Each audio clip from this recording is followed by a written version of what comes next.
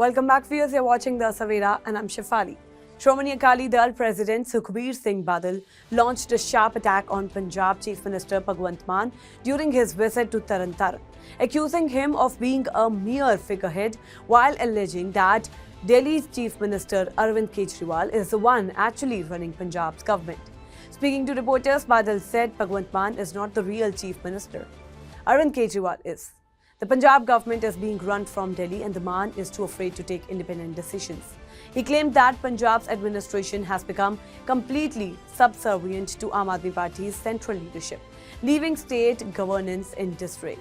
Addressing the issue of flood relief, Badal slammed the Mann government for its alleged negligence, stating that the reason Punjab has not received compensation from the central government is that no detailed report or assessment of flood damage have been submitted.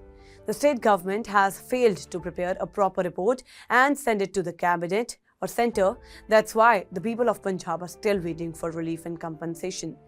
Badal reiterated that the Aam Aadmi Party's government insufficiency and political subservience were costing the people of Punjab dearly, accusing the leadership of prioritizing Delhi's political interest over the welfare of the state.